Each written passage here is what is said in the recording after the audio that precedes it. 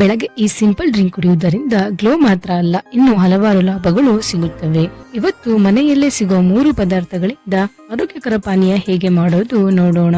ಇದು ಮುಖದ ಹೊಳಪು ಮಾತ್ರ ಅಲ್ಲ, ದೇಹಕ್ಕೆ ಹಲವಾರು ರೀತಿಯಲ್ಲಿ ಉಪಯೋಗವಾಗುತ್ತದೆ. ಬೇಕಾಗುವ ಪದಾರ್ಥಗಳು: ಬೆಚ್ಚಗಿನ ನೀರು, ದೇಹಕ್ಕೆ ಹೈಡ್ರೇಷನ್ ಕೊಡಲು ಸಹಾಯ ಮಾಡುವುದು, ಜೀರ್ಣಕ್ರಿಯೆಗೆ ಸಹಾಯ ಮಾಡುವುದು, ಬೆಳಿಗ್ಗೆ ಫ್ರೆಶ್ ಫೀಲ್ ಕೊಡುತ್ತದೆ. ಹಾಗೆ ನಿಂಬೆಹಣ್ಣು, ಇದು ವಿಟಮಿನ್ ಸಿ ಮೂಲ, ಚರ್ಮದ ಆರೋಗ್ಯಕ್ಕೆ ಸಹಾಯ ಮಾಡುತ್ತದೆ.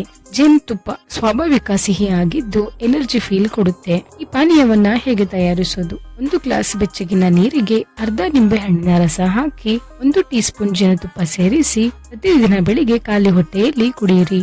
ನಿಂಬೆ ಮತ್ತು ಜೇನುತುಪ್ಪದ ಬೆಚ್ಚಗಿನ ನೀರಿನ ಮುಖ್ಯ ಆರೋಗ್ಯ ಪ್ರಯೋಜನಗಳು: ರೋಗ ನಿರೋಧಕ ಶಕ್ತಿಯನ್ನ ಹೆಚ್ಚಿಸುತ್ತದೆ. ನಿಂಬೆಯಲ್ಲಿರುವ ವಿಟಮಿನ್ ಸಿ ಮತ್ತು ಜೇನುತುಪ್ಪದಲ್ಲಿರುವ ಆಂಟಿ ಆಕ್ಸಿಡೆಂಟ್ಗಳು ರೋಗ ನಿರೋಧಕ ಶಕ್ತಿಯನ್ನ ಬಲಪಡಿಸಲು ಮತ್ತು ಸೋಂಕುಗಳ ವಿರುದ್ಧ ಹೋರಾಡಲು ಸಹಾಯ ಮಾಡುತ್ತದೆ.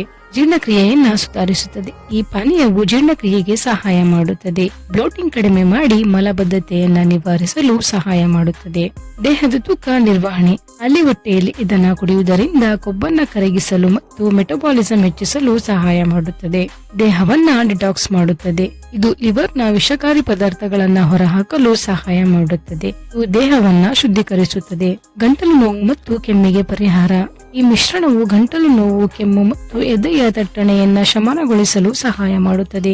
ಚರ್ಮದ ಆರೋಗ್ಯ: ನಿಂಬೆಹಣ್ಣಿನಲ್ಲಿರುವ ವಿಟಮಿನ್ ಸಿ ಮತ್ತು ಜೇನುತುಪ್ಪದಲ್ಲಿರುವ ಬ್ಯಾಕ್ಟೀರಿಯಾ ವಿರೋಧಿ ಗುಣಗಳು ಒಡವೆಯನ್ನ ಕಡಿಮೆ ಮಾಡಲು ಮತ್ತು ಹೊಳೆಯುವ ಚರ್ಮವನ್ನ ಪಡೆಯಲು ಸಹಾಯ ಮಾಡುತ್ತದೆ. ಹೈಡ್ರೇಷನ್: ಇದು ದೇಹದಲ್ಲಿ ನೀರಿನ ಅಂಶವನ್ನ ಸಮತೋಲನದಲ್ಲಿಡಲು ಮತ್ತು ದಿನವಿಡೀ ಶಕ್ತಿಯುತವಾಗಿರಲು ಸಹಾಯ ಮಾಡುತ್ತದೆ.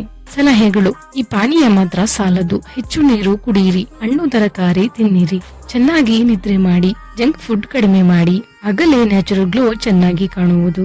ಯಾರು ಜಾಗ್ರತೆ ವಹಿಸಬೇಕು?